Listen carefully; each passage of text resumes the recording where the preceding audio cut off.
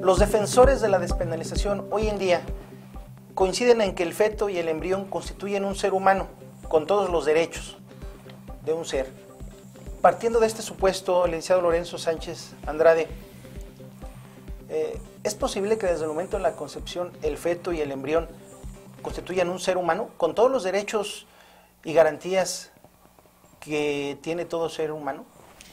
En México, por supuesto. Tal como establece actualmente nuestras legislaciones, Código Penal como Código Civil, desde el momento en la unión de los dos cigotos que se empieza la formación, a partir de ese momento tenemos ya un ente que es sujeto de derechos y, en su caso, obligaciones. Lo que nuestro compañero, el licenciado Pedro Gil, nos comentaba, y que esto lo vimos en las aulas, el nonato. El nonato es aquel ser que ya jurídicamente ha adquirido un estado de derechos y que el Estado tiene la obligación de tutelar y salvaguardar, bajo cualquier óptica que se pueda ver, al menos ahora dentro de nuestra legislación. Y por eso decimos que ahora, porque posteriormente se puede venir otro debate y tendría que hacerse una modificación en todos los sentidos. Era muy importante la parte relativa a la que se habla en que no tenemos los elementos ahora para introducir esta novedad. Tenemos por ahí circunstancias que deberán ser analizadas en forma específica sobre ciertos sectores, sobre ciertas circunstancias que atañen única y exclusivamente a las mujeres.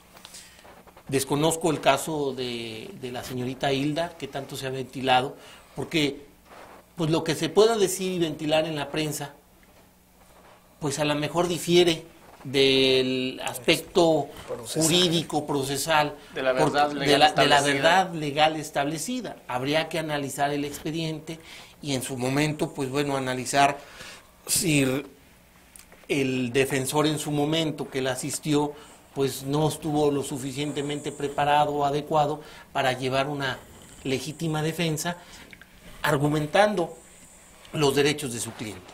Nosotros no sabemos el caso de Hilda, si fue violada, qué circunstancias atañen. Y el hecho de que se lleve precisamente este tipo de circunstancias a veces a la luz pública, es lo que decimos, victimiza doblemente. Victimiza doblemente porque incuada en un procedimiento penal e incuada también en redes sociales. Entonces, en un señalamiento público. Hay señalamientos y desgraciadamente a veces hay linchamientos. Sí. Porque la gente a veces opinamos sin conocer el fondo. Entonces, independientemente de su problema de carácter físico, que acarrea una serie de problemas que de carácter físico, la interrupción de un embarazo. Y este tipo de circunstancias lo va a llevar toda su vida. Sí. Va a tener que llevar un tratamiento, pues que esta terapia la lleve a buscar un equilibrio físico y mental. Decía el licenciado Pedro, no tenemos las condiciones para hacerlo debido a que nuestro estado es pluricultural. Una zona huasteca con usos y costumbres, una zona media con otro tipo de usos y costumbres, una capital que apenas se empieza a abrir. Tenemos además una zona altiplano que también tiene otro tipo de características. ¿Qué es lo que tenemos a lo mejor como factor común y qué es lo que se da? Una falta de cultura, una falta de prevención, una falta de atención de parte de nuestras autoridades sanitarias, una falta de campaña. Y de formación desde el seno familiar. De educación. Sí, de formación desde el seno familiar. Y obviamente en el aspecto del Estado, falta de infraestructura, falta de información y falta de atención. Esto nos va a producir estos grandes daños, porque muchos defensores de la vida nos dijeran, bueno, no es necesario interrumpir el embarazo. Si la dama no quiere tener al bebé, pues que lo den adopción. ¿Cuántas familias hemos visto que son ansiosas de tener un bebé en su seno? Así es. ¿Por qué castigar a un bebé a ser privado de la vida cuando puede hacer ese bebé feliz a otras familias? Hablamos de muchísimos puntos de vista y que no nada más es el aspecto jurídico, es el aspecto médico, es el aspecto filosófico incluso. Ajá. Y emocional para la gente. El religioso. Y el religioso también, que es altamente importante en nuestra sociedad. Todavía forma parte de estas circunstancias. Entonces, el hecho de privar de la vida, ¿a las cuántas semanas no tendrá sensibilidad el nonato? ¿A las 12 semanas? ¿A las 8 semanas? Mucho antes. Mucho antes. En el Estado de México se puede interrumpir de las 12 semanas hacia atrás. Así es. Hay otros estados de la República, como por ejemplo, si más no recuerdo, Yucatán, que contempla situaciones cuando el feto viene deforme, cuando trae alguna deformación o alguna enfermedad grave que se advierte cuando está en el vientre de la madre, pues es procedente el aborto, sin necesidad de penalizarlo. Otras situaciones que contempla también, me parece, esa legislación, es cuando la madre tiene 3 o más hijos y vive en un estado de pobreza. En ese tipo de situaciones se permite la interrupción, pero fuera de esos supuestos no. En el Estado de México, bueno, ya lo comentamos, antes de las 12 semanas puede ser interrumpido. Y aquí en San Luis Potosí, lo decíamos al principio, solamente en cuestión de 3 supuestos. Cuando es causa de un accidente, una caída, no sé, de la madre, que no es punitivo, cuando es el resultado de una violación o de una inseminación indebida, y el último cuando existe peligro de muerte. Sin embargo, como lo hemos comentado, creo que es difícil al día de hoy en San Luis Potosí tomar la decisión de despenalizar el aborto. Sin embargo, licenciado Pedro, existe no solamente a nivel local, nacional o internacional, una alta cifra de mortalidad de mujeres, precisamente porque no se les permite abortar. Y es un tema que ya ha tocado en reiteradas ocasiones las diversas comisiones de derechos humanos, y han ponderado por ese derecho de la mujer a la salud. No, son las estadísticas de la FAO también. Sí. Pues sencillamente el tercer mundo creció. Sí, la riqueza está en manos de pocos y no está bien distribuido a la mayoría de la gente, entonces es un reflejo de pobreza. Pero lo esa más mortandad triste es se la da. pobreza espiritual, la pobreza educativa, es donde se dan ese tipo de factores. Aquí tenemos 2 factores, la muerte del producto, Y la muerte de la del feto, madre. y la muerte en ocasiones de la madre. Entonces, quizás sea cuestión de prevención, quizás sea cuestión de cultura y tratar de mediar en esas situaciones. Pero es que esas muertes se dan precisamente por la falta de atención o por la práctica.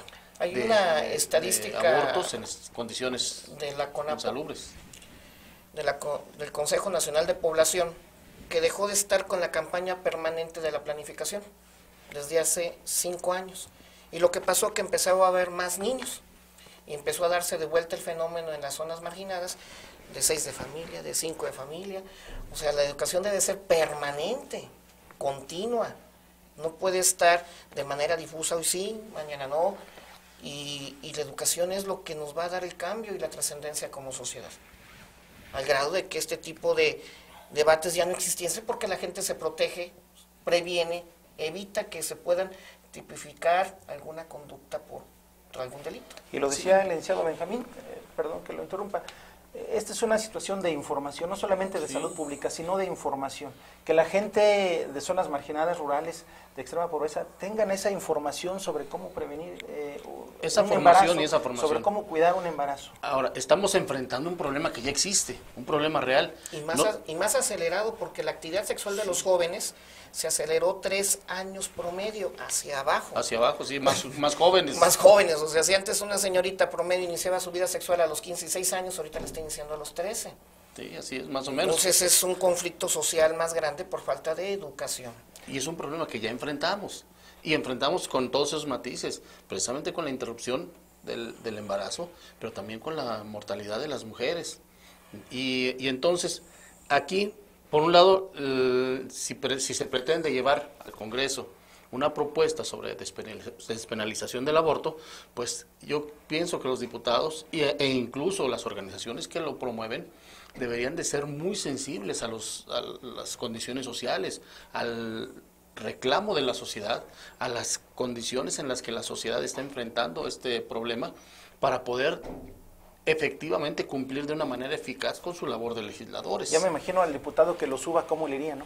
Bueno, yo aquí considero, y es un tema, volvemos, es tema de debate. Yo sugeriría una colaboración con las autoridades médicas para que nos estableciera, de acuerdo a los parámetros del Estado, de acuerdo a la zona huasteca, de acuerdo a la zona altiplano, de acuerdo a la zona centro, de acuerdo a la zona media, que nos pudieran decir cuántas muertes de mujeres por embarazo, por aborto, por interrupción del embarazo, han perdido la vida. Para, en base a esos parámetros, poder establecer una serie de estudios tendientes a disminuir, a enfocarnos. Es decir, si tenemos un foco rojo en la Huasteca, en donde tenemos un gran número de mujeres indígenas o de condiciones de pobreza extrema, pues bueno, abocarnos exclusivamente a ese punto. Si tenemos un margen de mortalidad en el altiplano de un 0%, pues bueno, no vamos a tener ese problema ya. Sí. Eso no implica que también existan los medios para que se puedan difundir. Es que son condiciones diferentes. Entonces, debemos de buscar en este termómetro médico, bueno, estas causales de mortalidad. ¿A qué se debe además adicionalmente? Porque volvemos, la información, muchos gentes, incluso yo he visto que, como lo dice el licenciado Martín, no tienen televisión, pero sí tienen teléfono celular. Así es. Y sí leen las redes sociales. El Facebook, a lo mejor no comprenderán muchas situaciones, pero los cibercafés en algunas comunidades indígenas funcionan. Entonces, esta parte de pobreza extrema, pues es a veces manejan ese tipo de situaciones para poder tener un pretexto para el aborto. Porque digo, finalmente volvemos, hay una prevención. Sí, pero sería parte de las estrategias que tendrían que sí, la Secretaría de Educación Pública los debe implementar de manera natural en sus planes oficiales de estudio. Así es. La Secretaría de Educación Pública y la Secretaría de Salud. Existe un dato que me llamó la atención, que dicen que en los Estados Unidos la libertad de la mujer para poder abortar se reflejó a los 20 años, con una disminución en la criminalidad. Tú eres libre de poder abortar, y hasta 20 años después se reflejó, no sé ellos de dónde sacan este índice, en un bajo nivel de criminalidad. Dicen que es una estadística que pero se debe gracias. ¿Criminalidad de qué tipo? Porque tenemos una criminalidad en Estados Unidos o sea que todos los donde criminales eran los fetos no deseados, que después nacían, pues no, creo que no. Entonces pudiéramos decir que algunos de las... bueno, ¿cómo se tomaría el índice respecto a esa, sí, tendría muchos puntos, esa aseveración, ¿no? Muchos puntos. Porque en Estados Unidos se dicen muchas cosas, en los campus universitarios, aquellas personas, matanzas que se dan, no podríamos asociarlos. Son argumentos que se dan. De igual forma, se dice que donde no es legal el aborto, se proporcionan métodos de alto riesgo, y que eso va pues eso es un riesgo para la mujer, que por ello hay que despenalizarlo.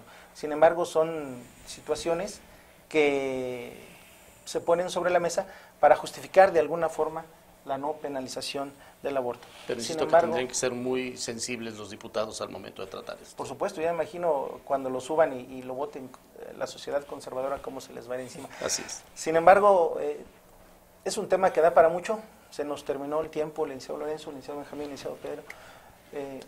Solamente, pues creemos en este programa Foro Potosino que no todos los problemas de esta sociedad se solucionan arrastrando un lápiz sobre un papel y legislando, haciendo o quitando delitos. Yo creo que hay que apostarle, decíamos hace un momento, a la difusión, a la prevención, hay que apostarle a la salud, cómo atender a esa gente que vive en esas comunidades vulnerables, a los valores de familia, a los valores de familia, sí, etcétera, antes que pensar de un plumazo despenalizar este tipo de conductas. No porque estemos a favor o en contra de la misma, sino porque primero vamos a atender a las estadísticas, vamos a atender a la sociedad, a nuestros valores. No nos resta más que despedirnos, y como lo hemos dicho en este programa, la mejor opinión, amable seguidor, auditorio, la tiene usted. Muchísimas gracias y muy buenas tardes. Buenas tardes.